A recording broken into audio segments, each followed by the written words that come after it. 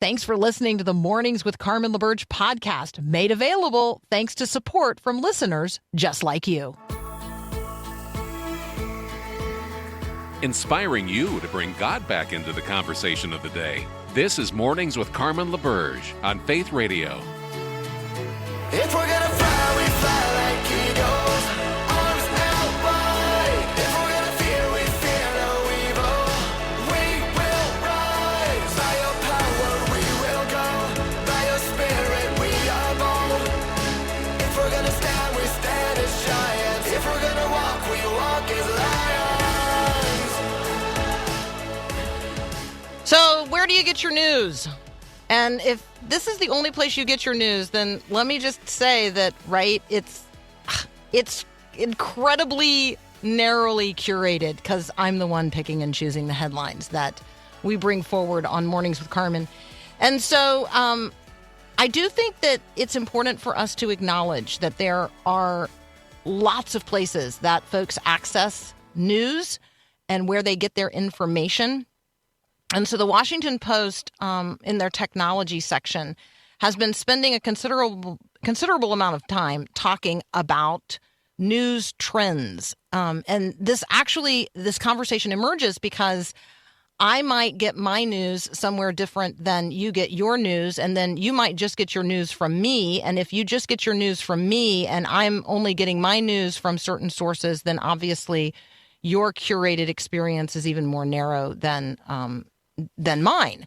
And I read very widely and broadly, but I will confess to you, I do not access my news, quote unquote, on TikTok because I'm not on TikTok. The kids are. And when I say the kids, I'm talking about emerging generations. So anybody in their mid-20s down to their mid-teens, they are getting their information almost exclusively from TikTok. And so what kind of news are they getting and who is providing it and how accurate is it or how manipulated and manipulative. These are good conversations for us to be having. And then, not that the Washington Post is commenting on this, but I will comment on this. Where are people getting the good news?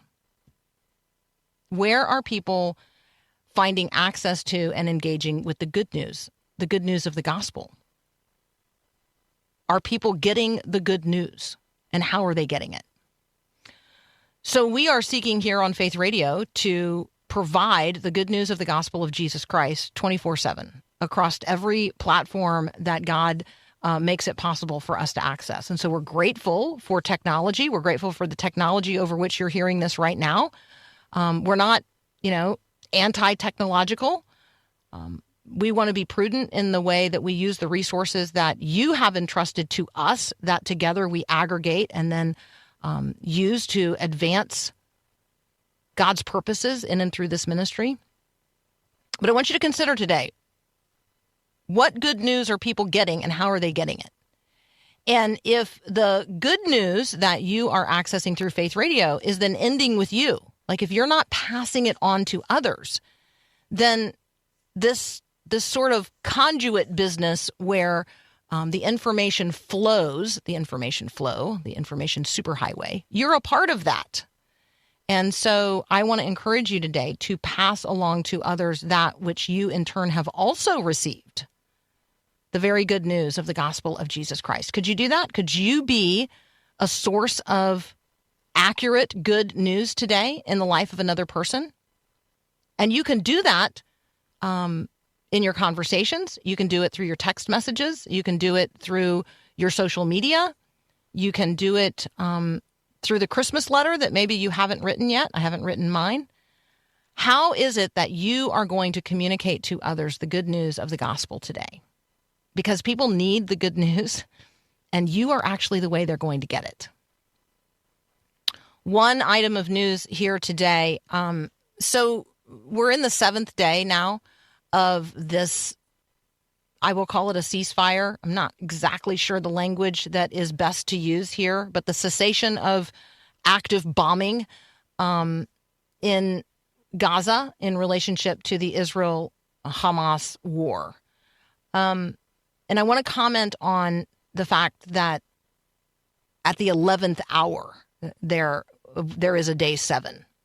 Because up until the 11th hour on day 6, it looked as if the ceasefire was going to end, that Hamas was not going to deliver any more hostages, and Israel was not going to, in return, release Palestinians from Israeli prisons. And so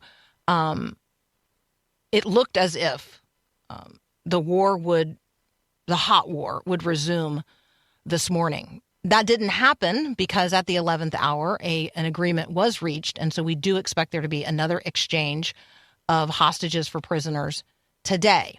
Here's one of the things that I want you to notice. And in the midst of this, you're going to hear the news that the 10-month-old baby and his 4-year-old brother and their mother have been reported as having been killed during the time that they were held hostage, and that and you're going to hear. I'm sure we will hear more about the circumstances of that as the day and then the week unfolds. I just want to say this: more war brings moral clarity. I mean, there's a fog of war, and in it, there's a ton of confusion, and I recognize that. And you're going to hear all kinds of confusing things from all kinds of sources in relationship to the conversation about Israel and Hamas and the Palestinians. No question about it.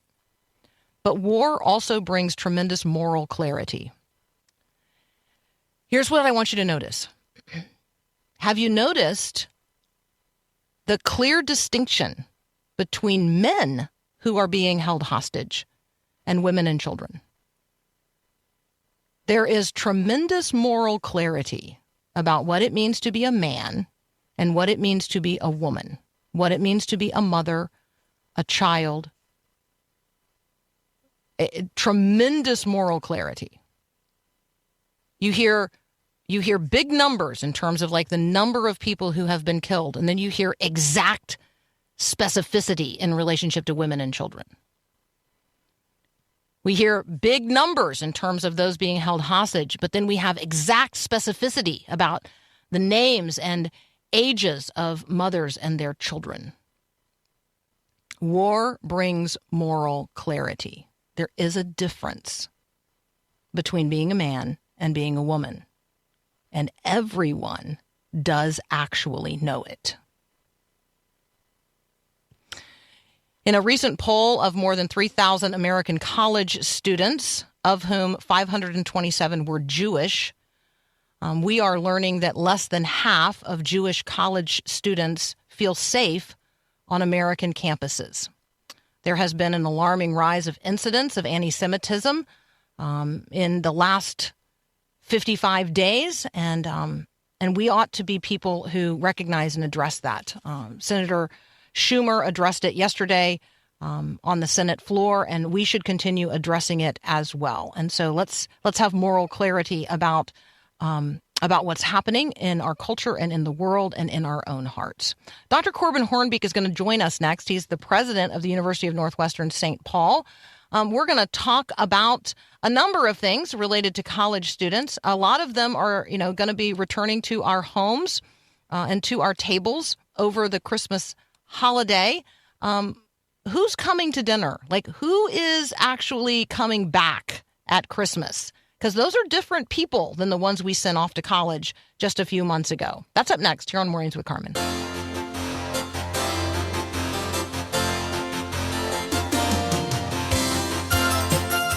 Dr. Corbin Hoornbeek is with us today. He's the president of the University of Northwestern St. Paul, of which Faith Radio is a ministry. So, Corbin, welcome back. Hey, good morning, Carmen, and good morning. Good morning to all of our listeners this morning. It's great to be back with you this morning. So parents, grandparents, aunts and uncles, neighbors, friends, people at church, we're going to be receiving back at Christmas our students who we sent away in August and September.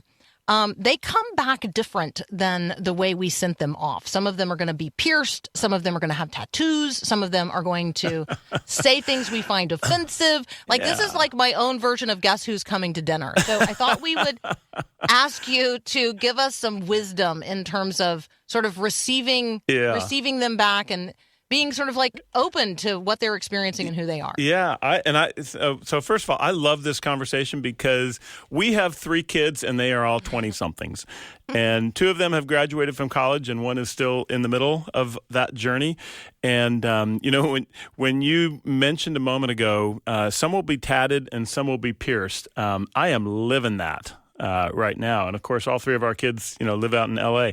Do you have a second just for a quick story about that? We got all kinds of time. Yeah. So we love talking with you because great. You're real. And so one of our kids, and I won't mention which one, but one of our kids, swore he would never get a tattoo. And so his freshman year in college, I picked him up on a Friday afternoon and he said, "So..." And when they say it like that, there's something coming that, they're trying to break the ice for. And he said, "So, Dad, I got a tattoo." And I said, "Well, what is it and where is it?" And he got a pair of, tattooed on his leg a pair of praying hands. And I said, "You know what? If you're going to get a tattoo somewhere, that's a great tattoo to get." And so I realize, and we're living the complexity of our kids doing things that maybe, part of their frontal lobe is not firing at the highest capacity. And yet they're also stepping into adulthood for the first time.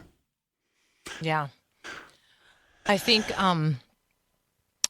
learning to be quick to listen and slow to speak. Yeah. I failed. I was literally sitting next to our freshman in college daughter. Our Thanksgiving meal was on Friday. So anyway, a day late. But anyway, I'm literally sitting next to her and she said something. And clearly it's something that she got off social media and it's not true. And I did not follow my own counsel. I just erupted. And then I quickly apologized. I'm like, I am so sorry. But, it's sort of like the damage is done. Like, you've already proven yourself to be crazy at that point.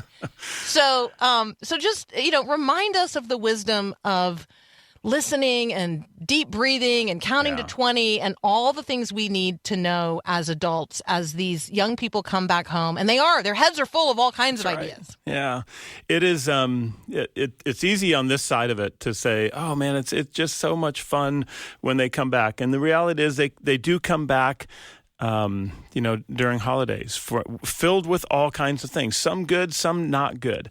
Why do we send them off to college? Well, we want them to learn. We want them to grow in their knowledge. We hope they, grow in wisdom, but they're also coming back with ideas. And that's, often that's really what the college experience is about, is the testing. And we hope also approving with critical thinking about ideas. And many of them, they're all sitting in classes with PhD professors who are telling them exactly what to believe, and so they don't necessarily challenge ideas the way we would necessarily want them to. But they're also stretching their sense of autonomy. And we think of, at Northwestern, University of Northwestern, we think of the 4 most important questions of life. And this frames everything we do. But the questions, begin with, who is God? Who am I? What is my calling? And what difference does that make in the world? That may be the difference between a Christian education and, other forms of college education. I went to a secular, big university, and those questions certainly didn't frame my experience there. But they are coming back with all kinds of ideas, some good, some not. Not all ideas are good ideas. Could you do that list with us again? Because that was so good. These and we call these the classical questions, and it begins with, who is God? Secondly, who am I? Third question is, what is my calling? Everybody has a calling. And lastly, what difference does it make?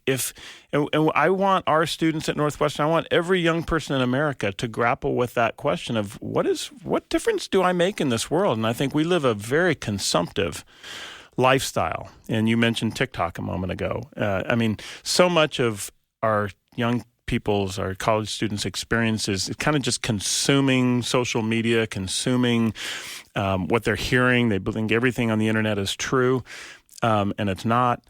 But if we can move this generation to a place of believing that their life matters, their life counts, God has a plan for their life, and they have an opportunity to make a difference in this world.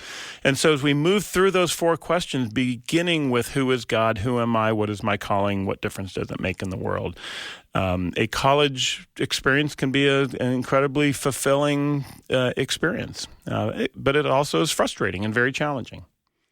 I do think the question of why do we send them off to college is a good one for each and every one of us, parents, grandparents, aunts, uncles, for us to remind ourselves why we're all embarking on this together as a family to make it possible for this young person to go and have this lived learning experience in community with other people, exposed to ideas that are going to be different than the ones that they would get if we kept them trapped in our houses. That's right. And so that is really, really helpful. Like, I want Eliana to be exposed to people and ideas that are different, because that's the only way she's going to grow, into her own identity as a follower of Christ and be able to filter and discern and walk in wisdom and godliness and all of those things. And so I feel privileged that she is having that experience in an environment that is a Christian college. And so I value that. And then I also recognize that there's a lot of folks who, their kids and their grandkids, their nieces and nephews are going to come back and they're going to have spent a part of a semester, I guess at this point, at a secular school. Yeah. And so the influences are going to be even far more varied. And so just know, if you're listening right now, we're praying for you. We're with you in it. We'd love to hear your questions that you have, the concerns about that you're raising, and love to address those. So the text line's always open, 877-933-2484. We're going to continue to get the good counsel of Dr. Corbin Hoornbeek here in just a moment.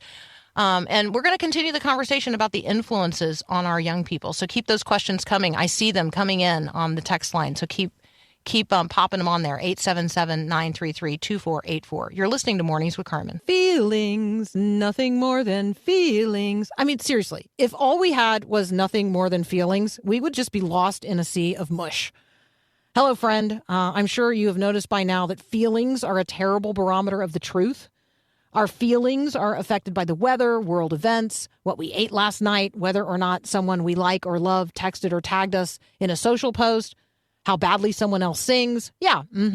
So if you're feeling lonely right now, I want you to ask yourself, am I really ever truly alone? Of course not.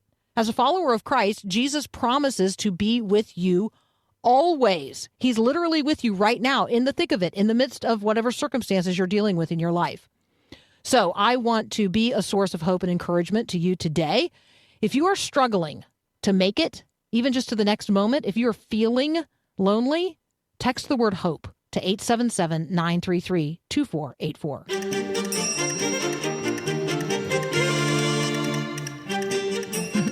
Dr. Corbin Hoornbeek is here with us today. He is a dad. He is a lover of the Lord. He is a husband, and he is the president of the University of Northwestern St. Paul. And so he shepherds the ministry of Northwestern Media, of which Faith Radio is a part. And so we love the opportunity to talk with him. And so, Corbin, we've got folks on the text line, first of all, with appreciation. I love hearing this. Thank you. Thank you so much for talking about this today. This is a listener who wrote down the 4 questions and why I asked you to list them again. Who is God? Who am I? What is my calling? And what difference does it make? What difference do I make? That's so helpful. And here's the beauty of those questions, if I can just jump in on that. The beauty of these questions is you don't have to ask these questions just if you go to a Christian university. My faith journey began at a secular major state university. And I began asking this question. Like Michigan? Yes, like University of Michigan, who, we may be in, a hunt for national championship. But, we don't have to get going on on college football. But, My faith journey began at the University of Michigan as a freshman, asking the question, who is God? And so for our listeners who may have kids at secular universities and colleges, I would encourage you as parents just to challenge your children to keep asking these questions. Who is God? Who am I? What is my calling? What difference does it make? That's so good. Yeah. My journey began when I was in high school, but certainly was amplified and focused when I was at the University of Florida. Yeah. Again, not considered a Christian university. Exactly. Yeah. Bob is on the text line, and he is like, I have been sharing with the seniors in high school at our church issues related to neo-paganism, neo-Gnosticism, the New Age movement, and the threat to the church. We talked earlier here with Billy Hollowell about the rise of witchcraft and people exploring all kinds of things related to the occult. And it is happening. Like, kids are being exposed. Young people are being exposed to all kinds of things. And so we want to be positive influencers. So do you have any counsel for us on how maybe we might influence young people who are so heavily influenced by social media? I'm particularly TikTok. I mean, I'll just confess to you, I'm not on TikTok, and I don't want to be on TikTok. And yet it feels like if you're not there, you also don't really know what's happening. Oh, wow. Well, you just opened up a can of worms on that one, because I am also not on TikTok, and I'm not on social media. And in some ways, there are times where I think, get with the program, get on social media. There's a whole world out there that you're missing. And then there are times where I think, man, I'm the freest guy in the whole world because I'm not spending, 8 hours a day scrolling through my social media feeds. But we have kids, as we mentioned before. We have 3 children, and they are, one of them in particular is very active on TikTok and social media. And I have very mixed feelings, as I think we all do. It's an incredible tool that can be used to spread the gospel and spread the good news of Jesus Christ into parts of the world that we would never be able to physically place ourselves. On the other hand, I am very aware that the rise in anxiety that is occurring with young people is largely being driven by social media and confusion around identity formation that has a lot to do with the role that social media plays in their lives. So I think we all have these mixed feelings about it, and I think we have to shepherd our children, because the future of their lives will be social media. The future of how marketing is done is social media. We need to train our students how to use it, consume it appropriately, and also to understand where the guardrails are. And we talk with our kids all the time about the guardrails that have to be in place. And when I think of what are those guardrails, well, first of all, particularly as it relates to identity formation, because there's such an attack on our understanding of who am I that is shaped by social media. And we need to just continue to remind our sons and our daughters, our children and our grandchildren, that their identity is in Christ. Their identity has been already formed, has been already created. It's a fixed place in the universe. God, who is infinite in wisdom, immutable, unchangeable, who loves us, who created us with his stamp on our lives. That is our fundamental identity. And so I think that's one of the important guardrails as we train our children and disciple and shepherd them through the use and engagement of social media. It's so good. Get me preaching Barry, on that. That's good. No, that's good. Barry's on the text line, and Barry said, my dad listened patiently to my progressive rant when I first returned home from college. And then he smiled and he said, well, there's nothing smarter than a freshman home from college. I love that. That is so a good. Wonderful, patient, right? affirming way of just saying, you know what, the ideas, you are going to engage with ideas, and at some point in your life, you will have enough wisdom and knowledge to discern what is true. Barry, you should reach out to your dad and tell him we all need his coaching. Exactly. Margaret, the answer to your question is, the 4 questions are, who is God? Who am I? What is my calling? And what difference does it make? or what difference do I make? Yeah. I think is another way of phrasing the same question. So and good. I think good. that taps into there's something that God has placed in each one of us. We wake up in the morning, and I tell students this all the time when I'm talking to them. Your calling is not your job. That is not your career. That's not your calling. Your career and your vocation fits into your calling. But if you think that your calling is your career, you're going to be really disappointed at some point when you lose your job or you're not happy in your job and you're thinking, well, I thought this was my calling. Or you retire. Exactly. You change stations in life. And so our calling is so much bigger. It's transcendent, and it does shape our direction in life vocationally and career-wise and all of that. But it's not limited. My calling is not to be a college president because someday that will end. Mm-hmm. Yeah. We're so thankful for you, and thank you for your partnership in the gospel. Thank you for all the ways you advance the kingdom, and keep up the good work. Thank you. It's such a joy to be with you and our listeners this morning, Carmen. Yeah, likewise. That's Dr. Corbin Hoornbeek. You can find him at the University of Northwestern St. Paul, unwsp.edu. All right. What season of life is it? I mean, if you look out the window, some of you have sent me pictures of snow. So I know that the season is winter in many, many places, but, only in half of the globe and only, a distance from the equator. So maybe it doesn't feel too wintry where you are, but maybe it feels wintry in terms of your season of life. So what season are you in? Is it an expected season? Or an unexpected season? Sometimes life changes in ways that are unexpected, and those trials in life can wear us down. And so unexpected events really do force us to face reality in a new way, and to face the prospect of unanswered prayers.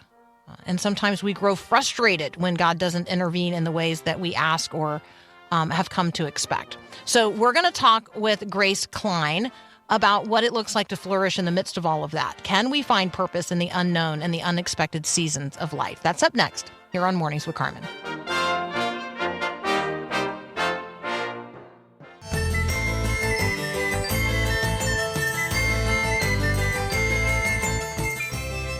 Grace Klein is joining us now. She is the author, among other things, of Flourish, Purpose in the Unknown and Unexpected Seasons of Life. Grace, welcome to Mornings with Carmen. Good morning, Carmen. So glad to be here. Thank you for the opportunity. It's so wonderful to have you among us.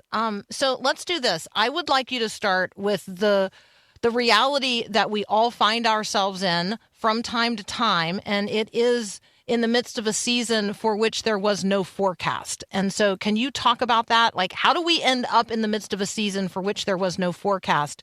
And maybe you want to tell part of your own story here. Oh, absolutely. Sometimes in life, if you're like me, you are a planner. You put lots of thought into being prepared and how you want things to chart out. And then something comes along and you're like, I did not expect that, whether it's a family situation, something at work, and has the opportunity to derail you or send you into a spiral. And I really wanted to provide some tools and resources to help people navigate such seasons. I wrote this book for the one who is frustrated or discouraged or losing hope because the current season of your life does not look like you expected, and you've tried everything and nothing is changing. And so often when we go through times like that, we can have a tendency to go into a cave of depression or put life on hold. And I truly believe that it's God's heart for us to flourish and live with purpose. And so I wanted to give people practical tools and principles to flourish no matter what season in life they're facing, the things that come unexpectedly, like you mentioned, how to find purpose in the joy-filled ones and the challenging ones. And go ahead. Yeah, one of the things that I think is so beautiful about the way you have brought this conversation forward to us is, are these unearthed from my journals entries. And so Oh, talk about journaling, talk about the value of it yes. over time, because Yes. if I don't journal in the midst of it, then I can't look back years later and say, "Oh, now I can see." So can you just talk about the Yes. value of journaling in your own life? Yes, yes. Journaling has been one of the most incredible things that I've done. I've been doing it since I was in high school, and I'm now 48. And it has given me the opportunity to look back over different seasons of my life and to see the Lord's faithfulness and see how He came through in times where I thought I was not going to make it. And so it gives me the faith in current situations to know that the same God who worked back then is still working today, and He will continue to work in your life no matter what you're facing. The way I divided up the book is into seasons, and we all go through seasons in life, just like nature does. The thing is that with nature, there is a set time of about 3 to 4 months, whereas in life, sometimes is 3 to 4 years or 3 to 4 decades. And so in the book, fall is a season of letting go of things that are keeping us stuck. This could be things in our head or heart or hand, certain ways of thinking, things in our heart like pride or unforgiveness, comparison, and things in our hands. And then winter is a time of trials and storms of life. And how do you keep your faith when the struggle is real? And then spring is being open to what God has for you and wants to do in and through you, because so often it may not look like what you expected. And then summer is a time of celebration and reflection and looking back what the Lord has done. And the way that we are able to often do that is through journaling and keeping a record of this is what God has brought me through.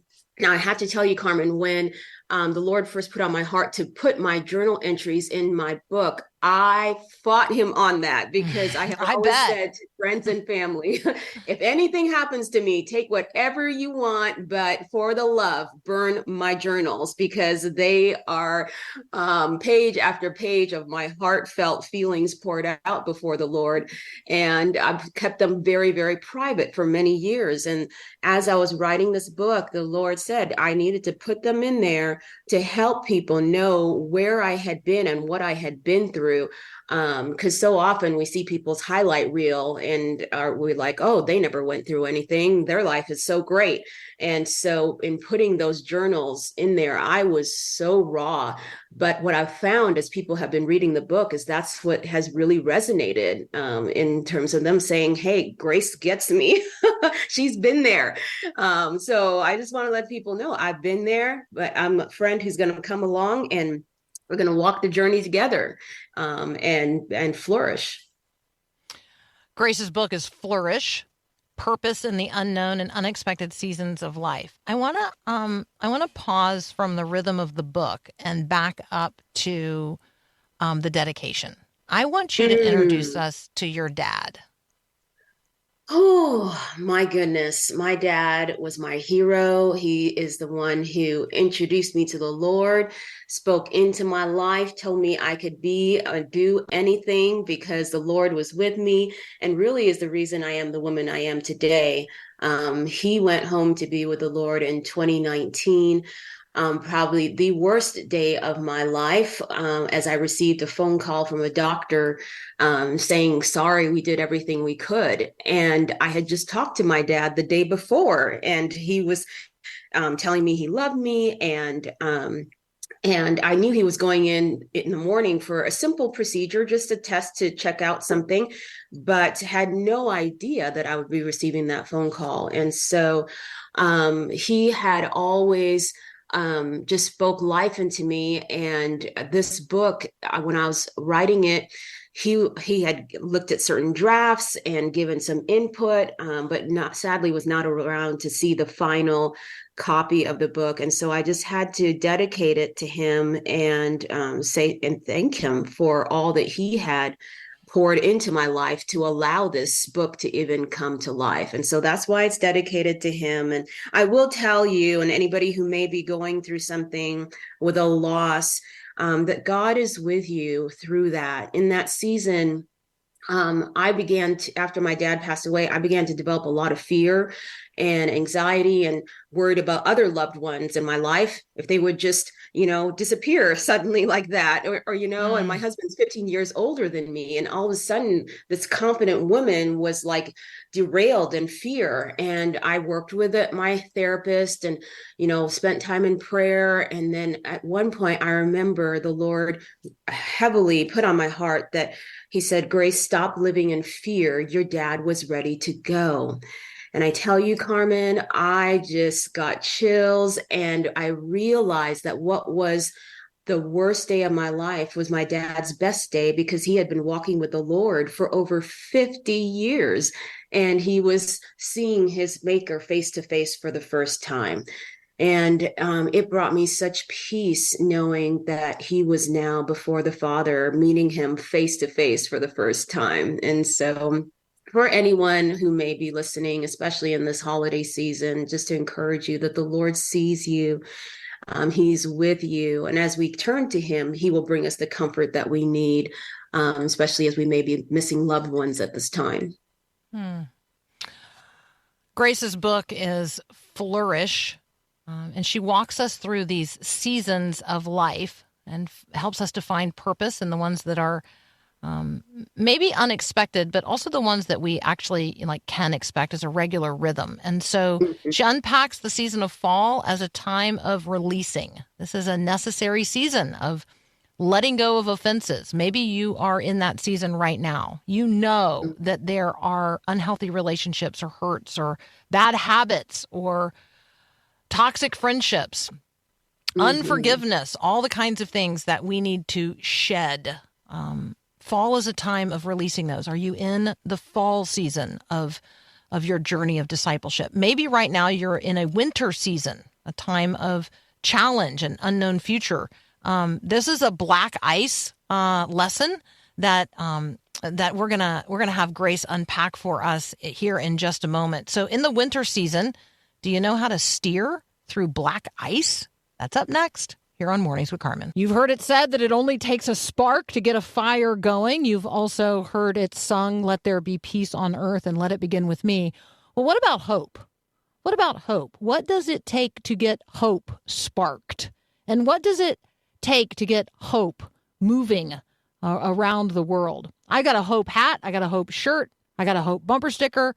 I know a ministry of hope. I know people who need hope. But how do we actually give hope beyond bumper stickers and theme songs and ball caps? How do we help other people discover the hope that is real, substantial, and enduring? My guess is one reason you listen to this podcast is, well, it delivers hope.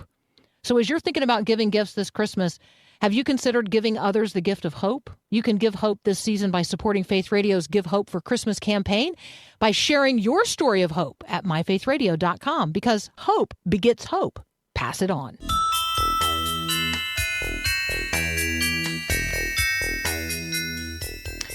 Grace Klein is with us today. She's the author of Flourish, Purpose in the Unknown and Unexpected Seasons of Life. Grace, I would like for you to talk about steering through black ice.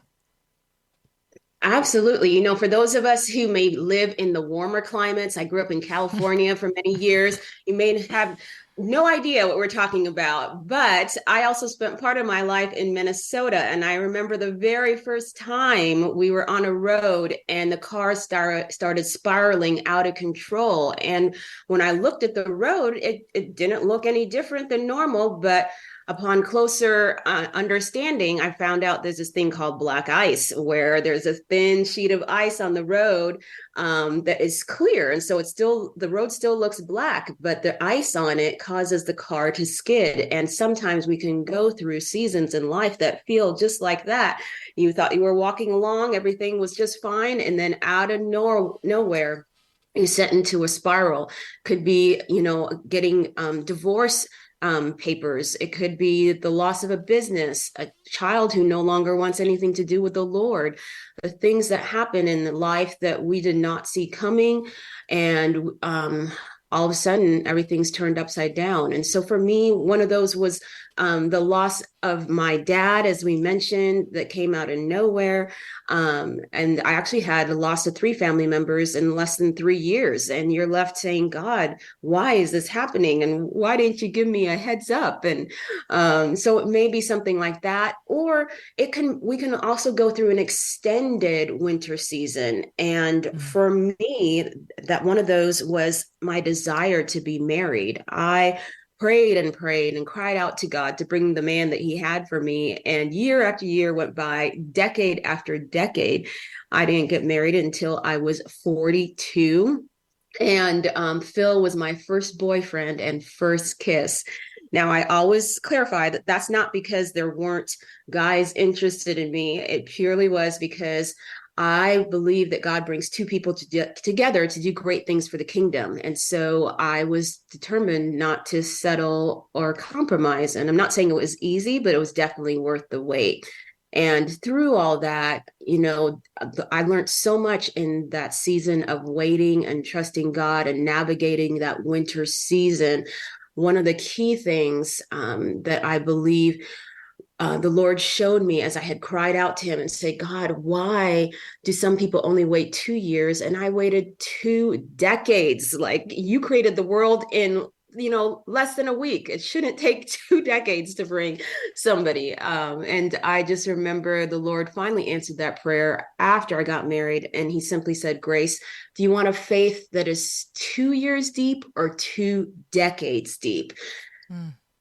Carmen, that's when I got it. I realized there are some things that can only be developed in us through the heartache, through the pain, through the going through the black ice, through the winter seasons, that there is a tenacity and a grit that we develop within ourselves. And for me, my faith grew. If you want to believe for something, I'm your girl, because I've been through the fire and seen that the Lord is faithful. And for anybody who may be listening, I want to encourage you, the Lord is faithful to heal you. He's faithful to help you, and he's faithful to hold you in those times that your prayer may not be answered as you expected.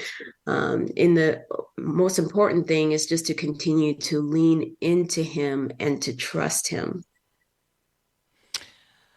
Grace, you are a person who knows more about many things than you are than people listening right now are even going to see a shadow or a hint of in this conversation. Oh my gosh, you are too kind. Well, but and then here you go. You're also incredibly humble.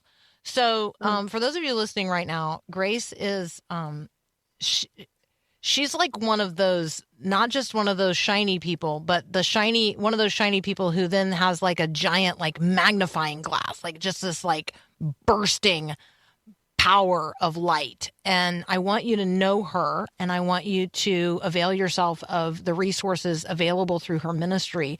I mean, we're just talking today specifically about her book, Flourish, Purpose in the Unknown and Unexpected Seasons of Life.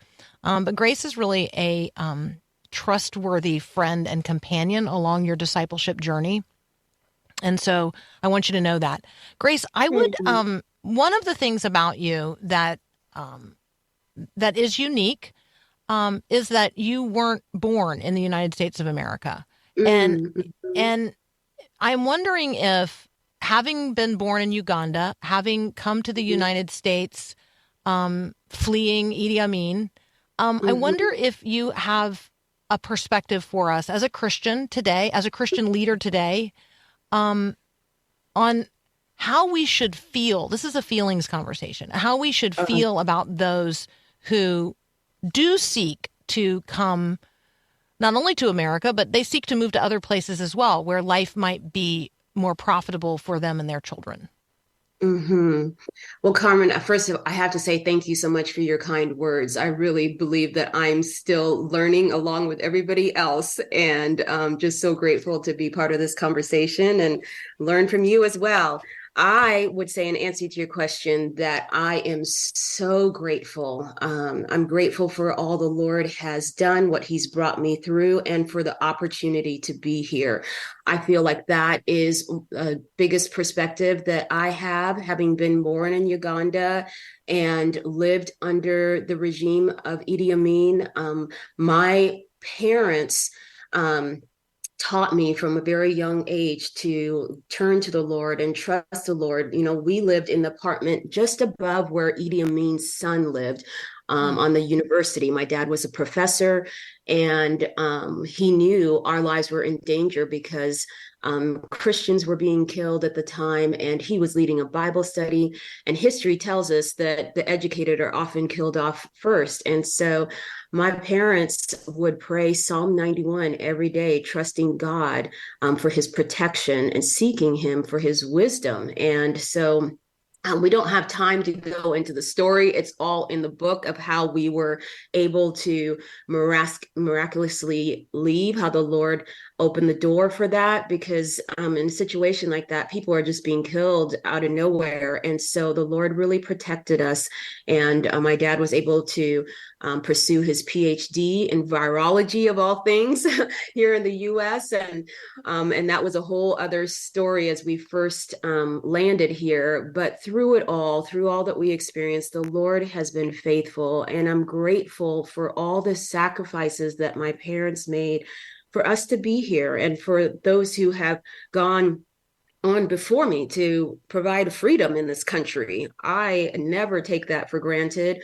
The opportunity to be here, the education I've received, the experiences that I've had, I know it's because of so many who have paved the way before me and made that possible. And I do carry that weight of what I've been entrusted with in making a difference and making this world a better place. And so that's part of why I wrote this book, to hopefully contribute some of what has been poured into me and help others find purpose in whatever season of life they're in. And I'm just so grateful, Carmen. I cannot express. There's not enough words. I know life is not perfect. No place is perfect. But boy, having traveled the world, done so many missions trips, and just travel for leisure, I can tell you I'm grateful to be here in the United States. Me too. Me too. And I also didn't get married until I was 42. So, Wow. And I remember when I prayed for the things that I now have. And so yes. that was one of the things that kept coming to me as I was considering just so much of what you share in Flourish. I guys want you to avail yourselves of Grace's ministry resources. I'm happy to send you a direct link to all she's got going on.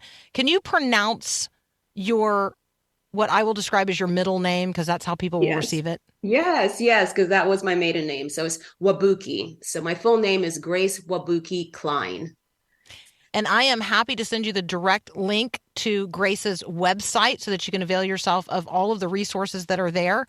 The book is Flourish, Purpose in the Unknown and Unexpected Seasons of Life. Grace, what a delight and joy to meet you here in this way. Thank you so much. Thank you, Carmen. Thank you for the opportunity. Absolutely.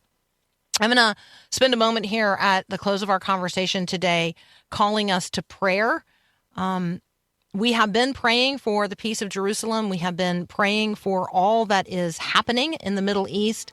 There is a pause in combat between Israel and the Hamas terrorists in Gaza, but that pause is literally day to day at this point. And so let's renew our prayers today for the God of all peace to reign in power, and for His will to be done. For our part, let's pray, as the Bible instructs us to pray, for the peace of Jerusalem. We all know that Jesus is the very peace which passes all understanding. He is the Prince of Peace. And so let's pray in His name and by the power of His Spirit for all to come to know Him and the peace which surpasses all understanding. The Lord bless you and keep you today as you go forth as His ambassador of grace and hope. God bless you. Thanks for listening to Mornings with Carmen LaBerge. Podcasts like this are available because of your support. If it's important to you to hear things that encourage your faith, click the link in the show notes to give now. And thanks.